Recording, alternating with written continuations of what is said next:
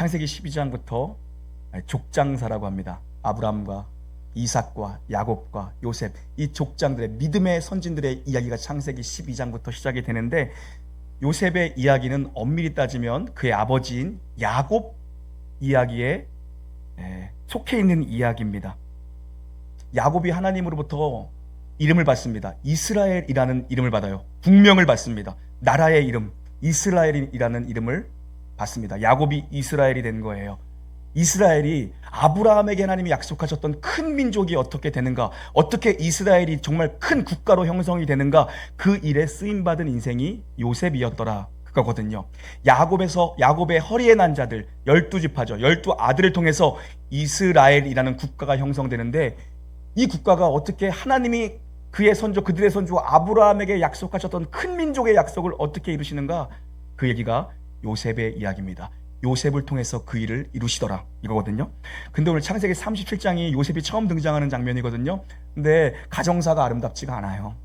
별로 행복하지 않은, 아름답지 않은 이야기로 요셉의 이야기가 그려집니다.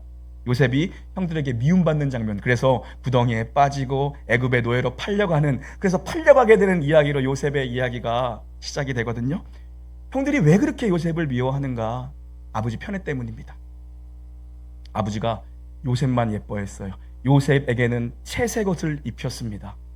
채색 옷은 손과 발을 덮는 긴 옷이라는 의미거든요. 이거 연회복입니다. 장자들이 입는 연회복이에요. 그런데 애한테부터 어린애부터 걔만 채색 옷을 입은 거예요. 형들은 작업복 입고 양치러 다니는데 요셉만 채색 옷 입혀서 옆에 탁 끼고 살았던 거예요, 아버지가.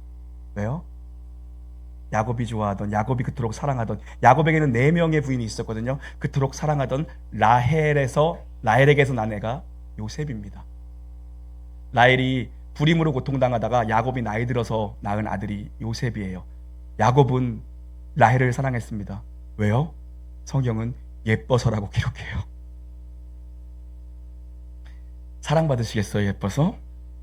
그래서 라헬이 야곱의 노년에 낳은 아들이 요셉입니다. 그러니까 그거 색동 못 입고 늘 아버지 옆에 붙어 있으니까는 형들한테 미움받는 거 당연하죠. 거기다가 결정적인 사건, 웅덩이에 던져지고 애굽으로 팔려가는 결정적인 사건이 요셉의 꿈 이야기입니다. 요셉이 어느 한 날은 꿈을 꿔요. 근데 2개의 꿈을 꾸는데 첫 번째 꿈은 뭐냐면 11곡식단이 자기 곡식단에게 절을 하는 거예요. 이 메시지가 무슨 의미겠어요? 형제들이 자기한테 절하는 거예요. 그리고 또 꿈을 꾸는데 이번엔 별과 달과 해와 달과 11별까지 다 자기에게 절을 하는 거예요. 엎드리는 거예요. 머리를 숙이는 거예요. 이건 뭐예요? 부모들까지도, 아버지 엄마까지도 다 자기 앞에 와서 엎드리는 꿈을 꿉니다. 이 얘기를 요셉이 아버지와 형제들한테 얘기했어요. 여기서 형들이 뚜껑 열린 겁니다. 그런데 중요한 건 뭐냐면 요셉의 꿈은요, 요셉의 꿈이 아니었다라는 것입니다. 이건 요셉이 꾼 꿈이 아니라 하나님이 요셉에게 꿈을 심겨주신 겁니다. 개꿈 아니었다라는 거예요. 하나님이 새겨주신 꿈이에요. 당시에는요, 기록된 성경이 없었습니다. 하나님이 자신의 뜻과 자신을 드러내보시는 계시의 방편이 뭐였냐 하면 바로 꿈과 환상과 같은 것으로, 꿈 환상을 주요 수단으로 하나님이 구약시대에는 하나님의 뜻, 하나님의 계획, 하나님의 말씀을 주셨다고요. 하나님이 요셉에게 그렇게 자기의 계획과 자기의 뜻과 앞으로 요셉을 통해서 이루어질 일들을 어린 요셉의 마음속에 꿈으로 심겨주신 거예요. 그것도 2번이나 같은 꿈을 꿨다는 건 뭐예요? 확실히 이루어진다는 얘기예요. 지금 요셉의 나이가 17살입니다. 그런데 꿈꾸고 나서 형들을 다 불러 모아요. 자기를 미워하는 그 형들. 우리가 읽지 않았지만 37장 4절에 보면, 4절을 한번 여러분 눈으로 한번 찾아가 보시겠어요? 성경책. 거기 보면 이렇게 기록해요. 그의 형들이 아버지가 형들보다 그를 더 사랑함을 보고 그를 미워하여 그에게 편안하게 말할 수 없었더라. 이게 무슨 의미냐면 히브리인들의 인사는 샬롬이잖아요. 평강을 비는 거잖아요. 서로 집안 내에서 인사 안 하고 지냈다는 겁니다. 샬롬이라는 인사를 안 하고 지냈다는 겁니다. 형들이 동생한테 요셉을 지나가면 인사도 안 하고 지나가는 그런 사이였어요. 그런데 요셉이 이 꿈을 꾸고 나서 형들 아버지를 다 불러 모아서 이 얘기를 다 얘기하는 겁니다. 인사도 안 건네는 형들한테. 이건요, 요셉이 아무 생각 없고 개념 없어가지고 그렇게 얘기한 게 아니라 형들한테, 형님 들어보십시오. 하나님이 내 꿈 가운데, 간밤에 내 꿈 가운데 분명히 뭔가를 말씀하셨는데 이게 도대체 뭔지 모르겠습니다. 아버지 한번 들어보세요. 한번 들어봐 주세요. 그래서 자기의 꿈 얘기를 그대로 한 겁니다. 그래서 11절에 보면 야곱이 그 꿈의 이야기를 듣고 있다가 갑자기 주변을 보니까 요셉이 막 얘기를 하고 있는데 11번째 아들이거든요. 베냐민은 지금 요셉의 동생 베냐민 12번째는 지금 완전 피부치예요. 애기예요. 깐난 애기예요. 나머지 형들의 안색이 변하는 거예요. 요셉의 꿈 얘기를 들으니까 갑자기 인상이 얼굴락불그락 한 거예요. 그래가지고 야곱이 그때 거기서 요셉을 호되게 꾸짖습니다. 너 그런 얘기 함부로 하는 거 아니야? 어디서 그런 얘기 형들 앞에서. 근데 11절을 보니까 11절 한번 여러분 찾아가서 읽어볼까요? 창세기 37장 11절입니다. 함께 읽겠습니다. 11절 시작. 네, 그의 아버지는 그 말을 간직해 두었더라. 형들은 시기심에 얼굴이 울그락불락했는데 야곱이 요셉을 혼내면서도 요셉이 얘기한 꿈을 마음에 간직해뒀대요. 들어보니까 예사롭지 않은 거예요. 그런데 여러분, 요셉을 우리가 보통 꿈의 사람, 비전의 사람이라고 하는데 진짜 그보다 앞선 꿈의 사람이 야곱이었어요. 아버지 야곱이었어요. 꿈에 대해서는 야곱이 더 잘 알았어요. 더 먼저 알았어요. 창세기 28장에서 밧단아람, 거기가 베델이 되죠. 밧단아람을 향해 가다 루스가 베델이 됩니다. 훗날 형 에서의 낯을 피하여 피난에 녹아온데 돌베개를 베고 자던 야곱 가운데 그 밤에 하나님께서 꿈 가운데 이상 중에 야곱에게 하늘로 연결된 사닥다리 환상과 꿈을 보여주시잖아요. 야곱이 하나님이 꿈으로 말씀하신다라는 걸 누구보다 경험했던 사람이다. 누구보다 잘 알았던 게 야곱이에요. 요셉의 꿈 얘기를 들어보니까 예사롭지 않은 꿈이라 마음에 새겨두었더라. 여러분, 그런데 결국 이 꿈 얘기가 빌미가 돼서 요셉이 오늘 구덩이에 던져져서 애굽의 노예로 팔려가요.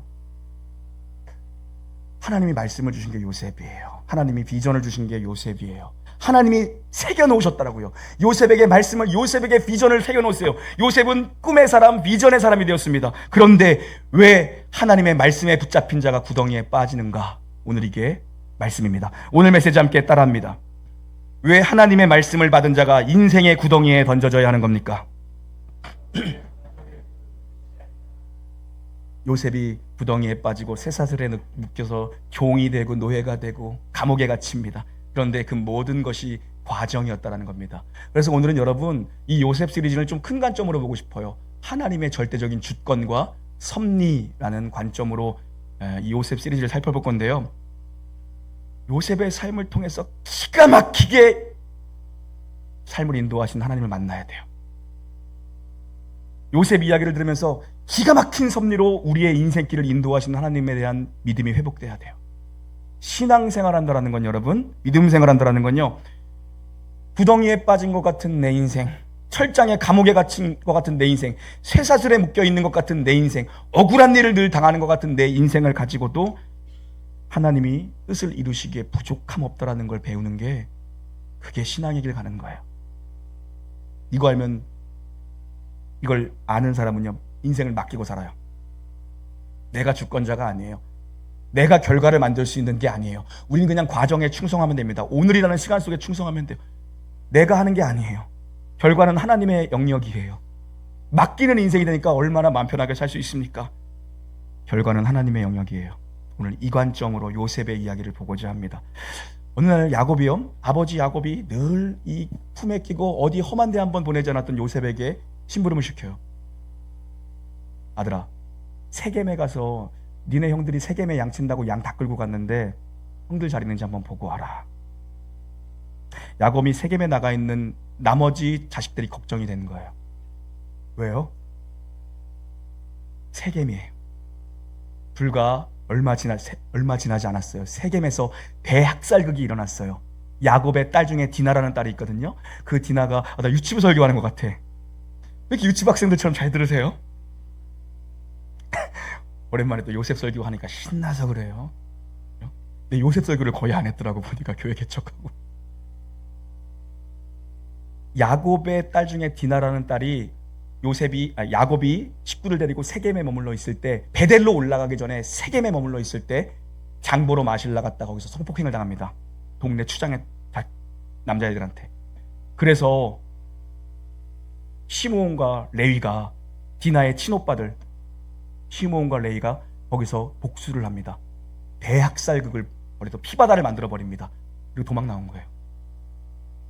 하나님이 막아주시지 않았으면요, 야곱의 가족들은 거기서 다 끝났어요. 추장의 아들을 건드린 거예요. 족장의 아들을 건드린 거예요. 하나님이 막아주셨습니다. 사면 고울로 하나님이. 그때 야밤 도주한 거거든요. 야곱의 식구들이. 그래서 세겜에 있는 자들은, 이게 몇 년 안 된 사건이거든요. 야곱의 자식들의 얼굴을 다 알고 있어요. 모를 리가 없죠. 그래서 자식들이 걱정된 거예요. 그래서 끼고 앉아있던 요셉에게, 야, 도무지 안 되겠다, 베냐민을 보낼 수는 없잖아요. 깐난쟁이를. 네가 갔다 와라.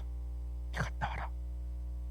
요셉이 70km, 80km를, 지금 야곱의 가족들이 머물고 있는 땅은 헤브론입니다. 헤브론에서 70km, 80km를 올라갑니다. 근데 세겜에 가보니까 형들이 없어요. 흔적을 찾을 수가 없는 거야. 그래서 물어봅니다. 혹시 이러한 몽타주를 가진 사람들 못 봤습니까? 그러니까는 누군가 얘기하는 거예요. 아, 도단에서 본 것 같은데요. 30km를 더 올라갑니다. 올라가면 도단이거든요. 도단에 가니까 형들의 발자국이 있는 겁니다. 근데 요셉이 저 멀리서 형들을 찾아 색동옷을 입고 오는 것을, 채색 옷을 입고 오는 걸 형들이 지켜봅니다. 그리고 형들이 모여서 거기서 회의를 합니다. 꿈꾸는 자가 오는도다.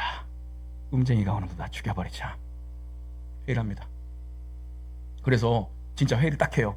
그래서 형들이 죽여서 구덩이에 던져버리고, 저 꼴도 보기 싫은 저 채색 옷부터 벗겨버리자. 그래서 짐승의 털을 묻힌 다음에 아버지한테 갖다 드린 다음에 짐승한테 물려 죽었다고 하자. 그리고 구덩이에 매장시켜버리자. 이렇게 작전을 딱 짜요. 이거 다 누가 했던 짓이에요? 아버지 야곱이 다 했던 짓이에요. 근데 자식들이 그거 보지도 않았는데 그대로 다 따라합니다. 이상하죠? 아버지 야곱 세대에도요, 편애를 받고 자랐어요. 야곱의 아버지였던 이삭, 아브라함, 이삭, 야곱, 요셉이잖아요. 아브라함, 이삭, 야곱 12아들이라고요. 그런데 이 이삭이 누구를 그렇게 좋아했어요? 야곱의 쌍둥이였던 에서를 그렇게 좋아해서, 에서가 사냥꾼 같은, 털이 북실북실한 에서를 그렇게 좋아했다고요. 에서를 그렇게.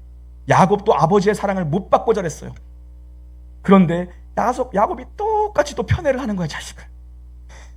이상하죠? 보지도 않았는데 그렇게 닮아요.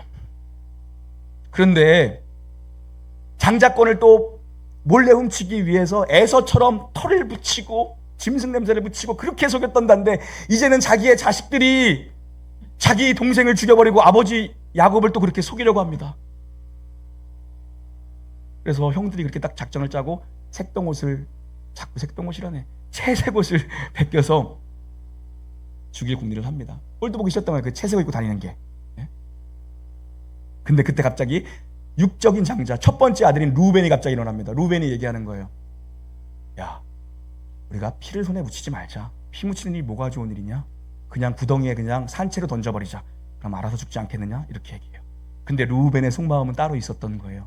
뭐냐면 루벤의 속마음은 뭐였냐면요, 몰래 요셉을 구출할 계획을 가지고 있었다고 성경은 기록합니다. 루벤이. 왜요? 아버지한테 야곱을 데려다 주기 위해서, 산채로 데려다 주기 위해서.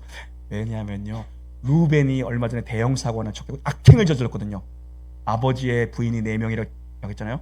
그 중에 하나와 아들이 동침을 합니다. 야곱의 첩과 루벤이 동침을 합니다. 그래서 완전히 아버지의 눈밖에 났습니다. 야곱이 눈길도 안 줬습니다. 첫째 아들한테. 장자권을 완전히 잃어버렸습니다, 루벤은. 근데 혹여라도 아버지가 가장 아끼는 요셉, 제 엄마 죽고서 우리 아버지가 저렇게 맥을 못 치는데 저 요셉마저 죽으면 어떡해, 쟤를 내가 몰래 살려다 주면서 아버지한테 다 죽이자 했는데 아버지 제가 데려왔어요. 그럼 아버지가 혹시라도 나를 회복시켜주지 않을까 하는 그런 마음이었을 것 같아요. 루벤이 자기의 계획을 짭니다. 또 큰형이 얘기하니까 그래 그럽시다. 구덩이에 던져버립니다. 그리고 앉아서 이제 밥을 먹고 있는 거예요. 얼마나 나쁜 사람들이에요. 밥을 먹고 있는 거예요. 근데 그때 저 멀리서 누가 보이냐면요, 이스마엘 상인들, 미디안 상인들이 거기서 저 행렬을 하고 오는 것이 보여요. 23절과 24절 함께 읽겠습니다. 23절과 24절입니다. 함께 읽겠습니다. 시작. 그에게 이르되 피를 흘리지 말라. 23절 24절 읽겠습니다. 시작. 요셉이 형들에게 이르매 그의 형들이 요셉의 옷 곧 그가 입은 채색 옷을 벗기고 그를 잡아 구덩이에 던지니 그 구덩이는 빈 것이라 그 속에 물이 없었더라. 아멘. 그래서 구덩이에 던져버렸는데 성경은 그 구덩이에 물은 없었더라고 기억합니다. 물 있었으면 죽었어요. 하나님이 요셉의 인생을 붙들고 있는 겁니다. 침 삼킬 동안에도 우리를 그냥 두지 아니하시고 우리를 홀로 두지 아니하신 하나님께서 구덩이에 물은 없었더라. 요셉의 인생 붙들고 있었던 거예요. 25절 한번 읽어볼까요? 25절입니다. 시작. 그들이 앉아 음식을 먹다가 눈을 들어 본즉 한 무리의 이스마엘 사람들이 길르앗에서 오는데 그 낙타들의 향품과 유향과 몰약을 싣고 애굽으로 내려가는지라. 이제 루벤의 계획대로 모든 게 다 되는 것 같았는데 갑자기 저 멀리서 애굽 상인들이, 그 미디안 상인들이, 이스마엘 상인들이 줄지어 오는 게 보이는 거예요. 이들이 있는 데가 지금 어디라고요? 도단이에요. 도단에서 동북쪽으로 올라가면 뭐가 있냐면요, 길르앗이 있어요. 길르앗은 뭐가 유명해요? 길르앗의 향유가 유명한 곳이에요.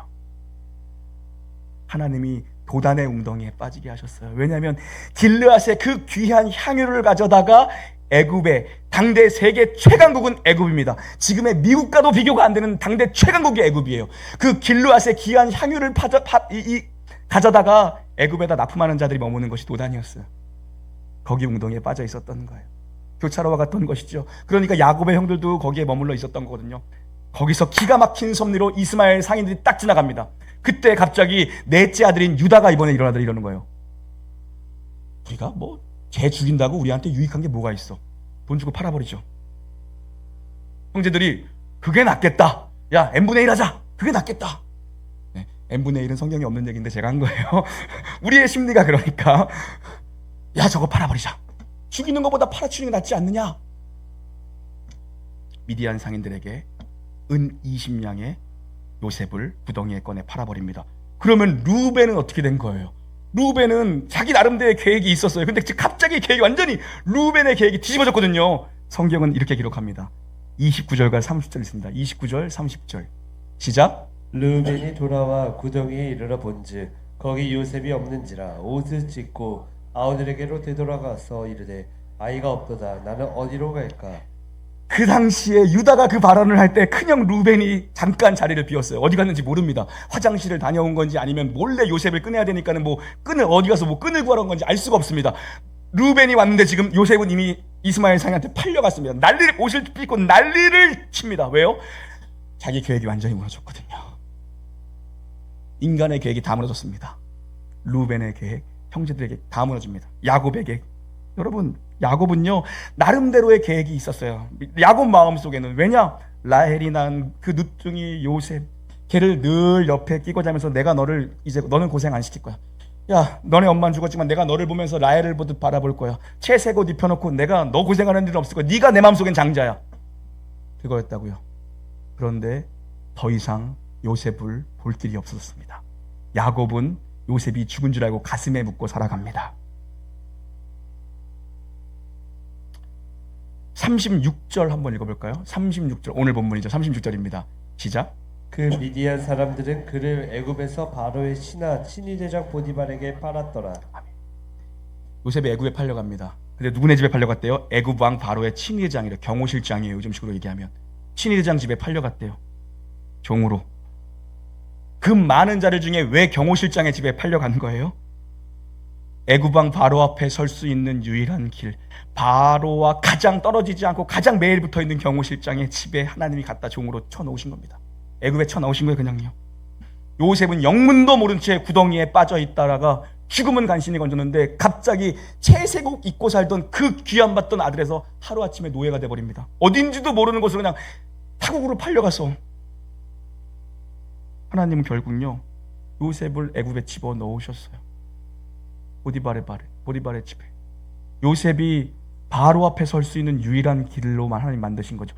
창세기 37장의 특징은 뭐냐면요, 창세기에 그렇게 많이 등장하는 하나님이라는 단어가, 여호와라는 단어가 등장하지 않아요. 그런데 37장 에스더서에도 하나님이라는 단어가 등장하지 않죠. 그런데 하나님의 보이지 않는 손이 어떻게 역사를 주장하고 운행하며 경영하며 섭리하시는 데를 어디보다 잘 보여주는 본문이 37장과 에스더서예요. 보이지 않는 하나님의 거룩한 손이 우리의 역사, 우리 인생의 역사, 모든 것들을 어떻게, 여러분 결국 우리 모든요 하나님의 경영에 의해 돌아가는 겁니다. 우리는 지금 알지 못해요. 하나님이 다 경영하고 계세요. 요셉이 결국 애굽에 들어갑니다. 입애국한 거예요. 그리고 앞으로 몇백 년 뒤에 출애굽을 하게 되죠. 왜 애굽일까? 왜 애굽일까 생각해 봐야 돼요. 하나님이 아브라함을 부르시면서, 지금 요셉이죠. 아브라함과 이삭과 야곱과 요셉입니다. 하나님이 그의 증조부인가요? 고조부인가요? 아브라함을 부르시면서 약속한 땅이 지금 바로 야곱의 일가가 머물러 살고 있는 가나안 헤브론에 살고 있었다고요. 그러면 약속의 땅에 들어와서 지금 아브라함 때부터 들어왔잖아요. 물론 아브라함이 기근을 만나서 애굽으로 도망가기도 했지만 야곱도 떠나갔다가 다시 돌아오지만 이삭은 거기에 머물러 있었어요. 가나안 땅 국경 안에. 그러나 아브라함도 문제가 생기면 도망갔다가 왔어요. 왜요? 약속의 땅에도 기근이 오니까. 그럼에도 불구하고 이삭은 그 땅에 늘 머물러 있었거든요. 그런데 그의 아들 야곱도요, 도망자가 되어서 약속의 땅을 돌아갔다가 20몇 년 만에 생명 걸고 다시 형 에서와 조우하고 돌아온 땅이에요. 그러면 여기서 머물러 살면서 큰 민족 만들면 되는 거 아니에요? 하나님은 아브라함에게 약속하셨거든요. 내가 너로 큰 민족을 줄 것이다. 내가 내게 지시할 땅으로 가라. 내가 너를 복이 되게 할 것이다. 복의 근원이 되게 할 것이다. 지금 약속의 땅에 들어왔어요. 지금 12명의 아들이 있습니다. 야곱의 허리에서 난 자를 통해서 큰 민족을 그 땅에서 만들면 되는데 하나님이 갑자기 요셉을 애굽으로 시키시고 이제 후로는 이 가족들 모두가 다시 애굽에 들어갑니다. 그리고 400년이 지나고 나서 출애굽하여 홍해바다 건너서 다시 이 땅에 돌아오게 해요. 이해할 수 없는 하나님이죠. 왜 이렇게 일하시는 겁니다. 하나님의 뜻이 애굽에 있었기 때문이에요. 하나님의 마음이 애굽에 있었습니다. 지금 이들은 약속의 땅에 이미 정착해서 살고 있지만 하나님은 안 된다라는 거예요. 지금 이 상태, 이 시점에서 큰 민족을 만들어 줘 봤자라는 것입니다. 여러분, 큰 민족을 만드시는 건 하나님입니다. 하나님이 애굽 땅에서 400년 동안 이스라엘 민족을 200만 명을 만드셨습니다. 어떻게 해요? 하나님이 그렇게 하신 거예요. 그래서 훗날 요셉을 모르는 왕이 일어난 후에 히브리인들이 점점 많아지는 거예요. 너무 번성이 빠른 거야. 왜요? 하나님이 그렇게 약속하셨기 때문에 만드시는 거예요. 그래서 이제 본국을 최강국 애굽을 위협하게 생긴 거야. 인구가 너무 많아지니까. 그래서 안 되겠다. 아들이 태어나면 나일강에 던지라 그럽니다. 근데 계속 나요. 왜요? 산파들이 도착하기 전에 히브리 여자들이 애를 낳는 거예요. 누가 그렇게 하신 거예요? 큰 민족을 만들기 위해 하나님이 하신 거예요. 하나님이 애굽으로 그들을 보내셨어요. 왜요? 이 땅에서 지금 이들이 머물러 있는 가나안 땅에서 큰 민족을 만들어줘봤자 가나안이랑 섞이고 가나안화되고 가나안의 아모리 족속과 섞이고 동화될 게 뻔해요. 가나안은 누구나 받아준 족속이거든요. 함께 우상 숭배하는, 함께 우상과 음란을 즐기는 민족이 가나안의 민족성입니다. 그들의 종교입니다. 악행을 저지르는 자들입니다. 야곱의 자식들을 봐보십시오. 악행을 막 저지르 동생까지 죽이는데요. 여기에 있으면 불보듯 뻔한 거예요. 그래서 하나님은 미리 하시고 창세기 12장, 창세기 15장에 아브라함을 부르시면서 약속하십니다. 네가 400년 동안 이방에서 객이 되어 살다가 4대 후에 돌아오게 될 것이다. 그때는 가나안 땅, 내가 약속했던 가나안 땅에 머물고 있는 가나안 민족, 특별히 아모리 족속의 죄가 관영에서 가득 찰 때이다. 그때 내가 너를 애굽 땅에서 건져내요. 이방에서 건져내요. 너를 구원할 것이며 동시에 여호수아 때 와서 땅을 정복하잖아요. 본래 자기네 땅을 정복하잖아요. 왜요? 죄가 간영했던 가나안 족속과 아모리 족속, 가나안의 7족속의 죄가 간영이기 때문에 하나님이 심판하시는 겁니다. 하나님의 구원이라는 것은 무엇이냐면은 구원받은 자들에게는 구원이지만 심판당할 자에게는 심판입니다. 동면의 양면성을 동시에 이루시는 섭리 하나님이 바로 우리 하나님이에요. 가나안은 아무나 다 받아들이거든요. 지금 여기다 두면 안 되는 거예요. 그래서 하나님이 택한 곳이 당대 세계 최강국 애굽이었습니다.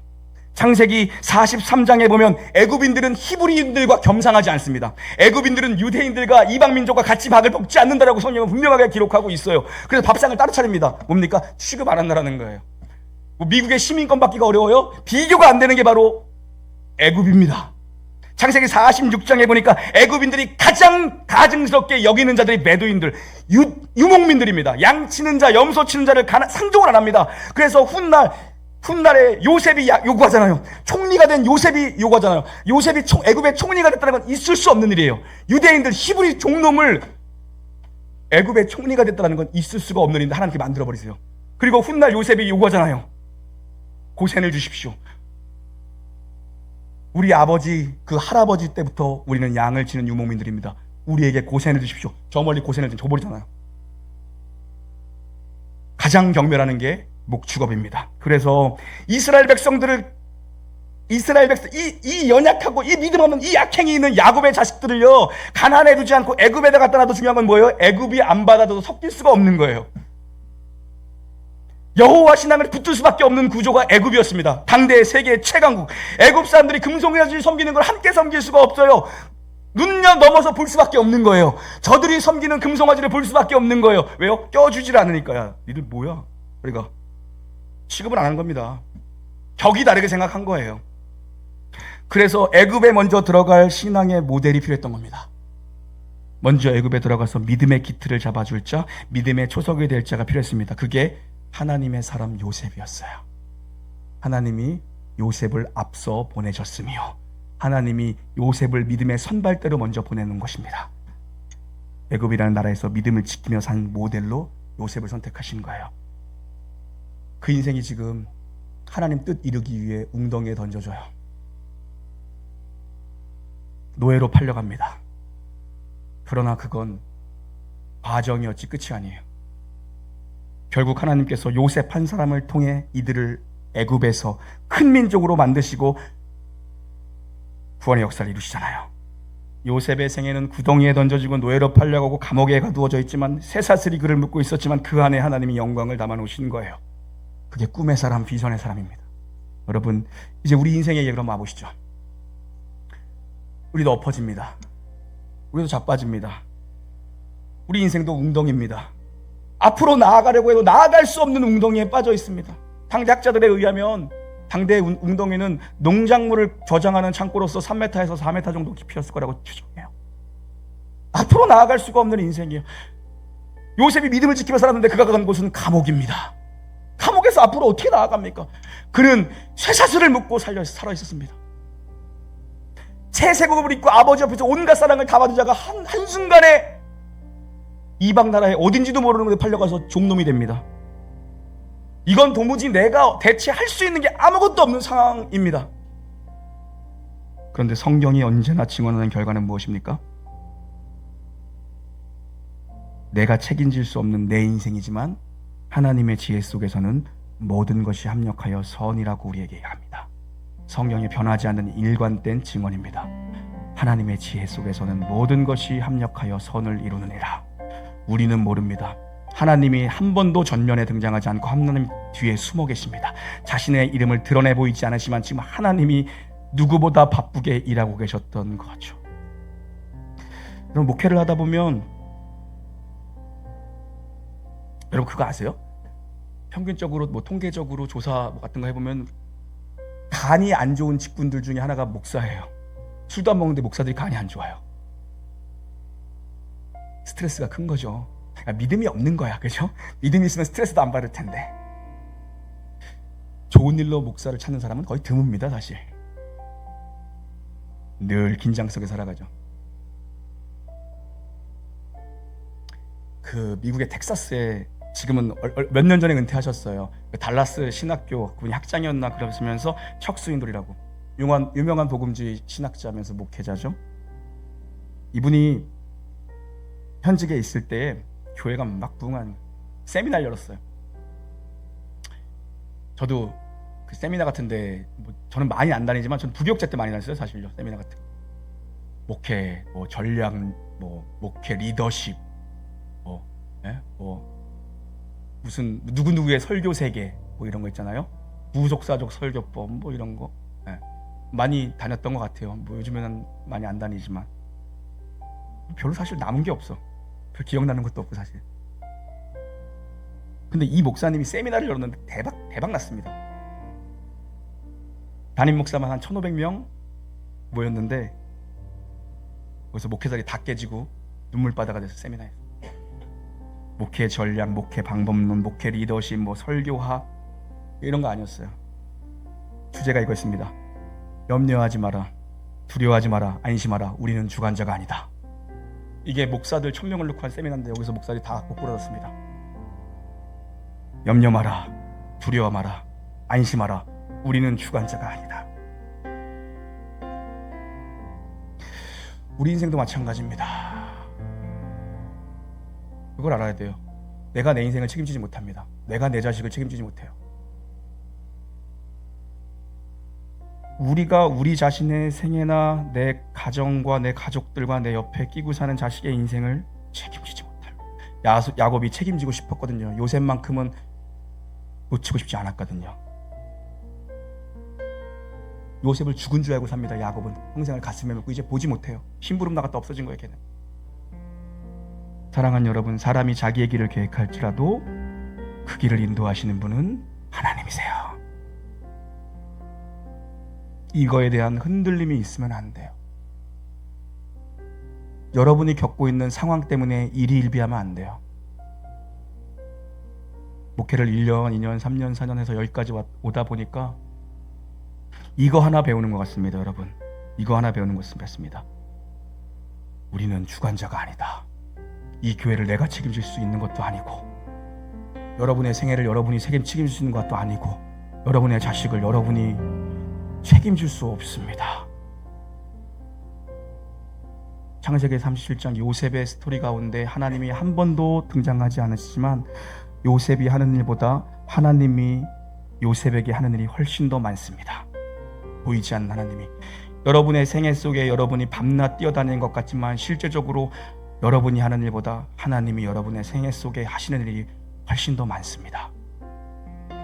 인간이라는 존재의 운명은 하나님 손에 있는 겁니다. 내가 나를 책임지지 못해요. 우리의 주관자가 되시는 섭리의 하나님께, 여호와 하나님, 약속의 신실한 하나님께 여러분의 삶을 맡기기를 주님의 이름으로 축원합니다. 찬양하시죠.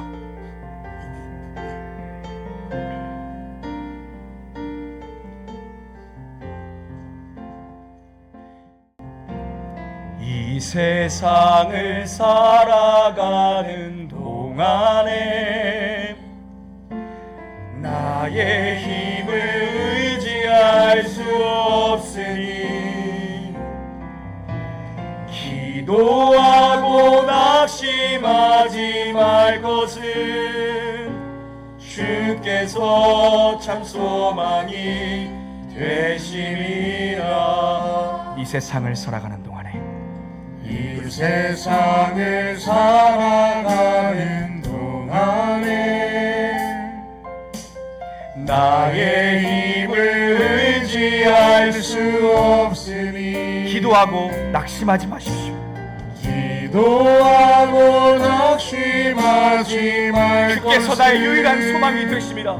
주께서 참 소망이 되심이라. 주의 길을 걸어가는 동안에, 주의 길을 걸어가는 동안에 세상의 것 의지할 수 없으니 세상의 것 의지할 수 없으니 감사하고 낙심하지 말 것은 감사하고 낙심하지 말 것은 주께서 참 기쁨이 되심이라. 주의 길을 걸어가는 동안에 주의 길을 걸어가는 동안에 세상의 것 의지할 수 없으니 세상의 것 의지할 수 없으니 감사하고 낙심하지 말 것은 감사하고 낙심하지 말 것은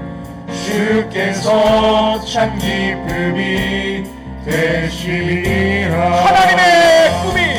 하나님의 꿈이 나의 비전이 되고 예수님의 성품이 나의 인격이 되고 성령님의 권능이 나의 능력이 되길 원하고 바라고 기도하니 하나님의 꿈이 나의 비전이 되고 하나님의 꿈이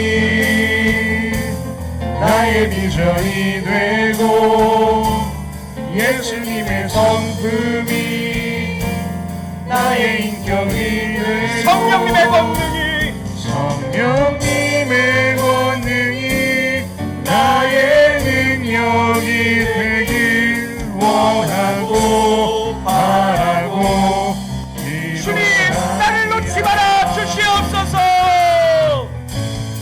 주 나를 놓지 마소서.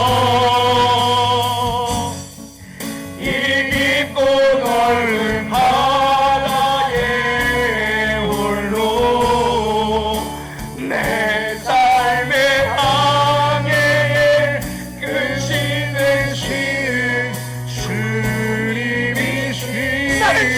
의지합니다. 난 의지합니다. 날 포기하지 마소서. 나 잠시 나를 의지하여도 내 삶의 항해의 방향을 잡아 주시오. 주 나를 놓지 마소서. 주 나를 놓지 마소서. 이 깊고 넓은 바다 한가운데, 이 깊고 넓은 바다에 주님 나를 홀로 두지 마시옵소서.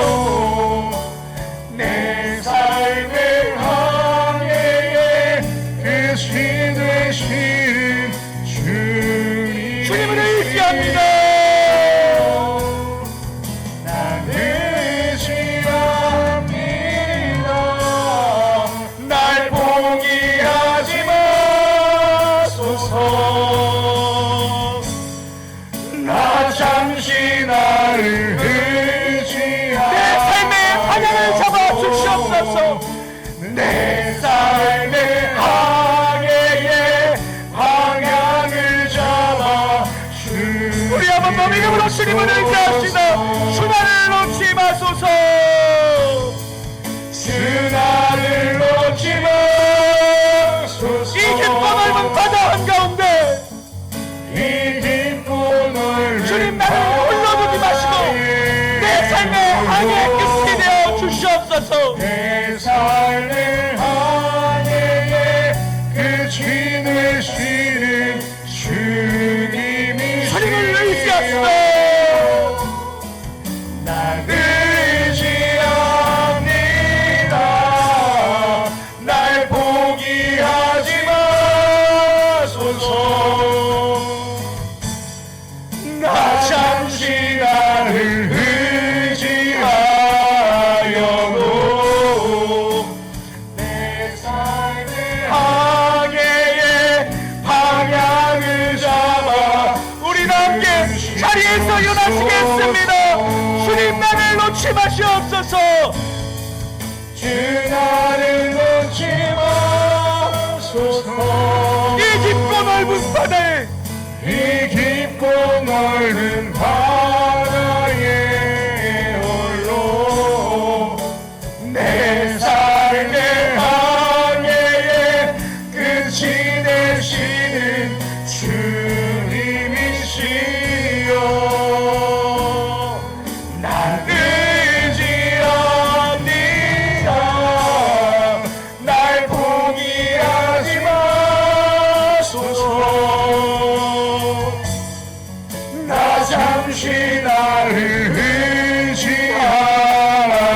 의지하여도 내 삶의 항해의 방향을 우리의 삶의 모든 방향을 주님 앞에 맡기면서 우리 한 번 더 주님을 의지합시다. 주 나를 놓지 마소서. 주 나를 놓지 마소서. 이 깊고 넓은 바다에 홀로 내 삶의 항해의 끝이 되시는 주님이시여.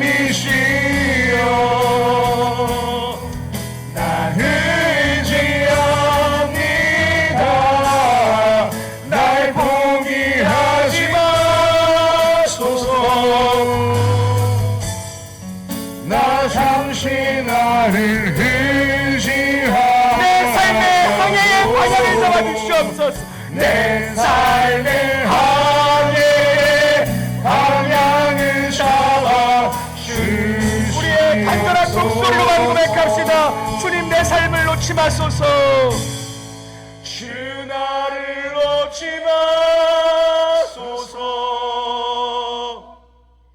이 깊고 넓은 바다에 홀로 내 삶의 항해의 끝이 되시는 주님이시여.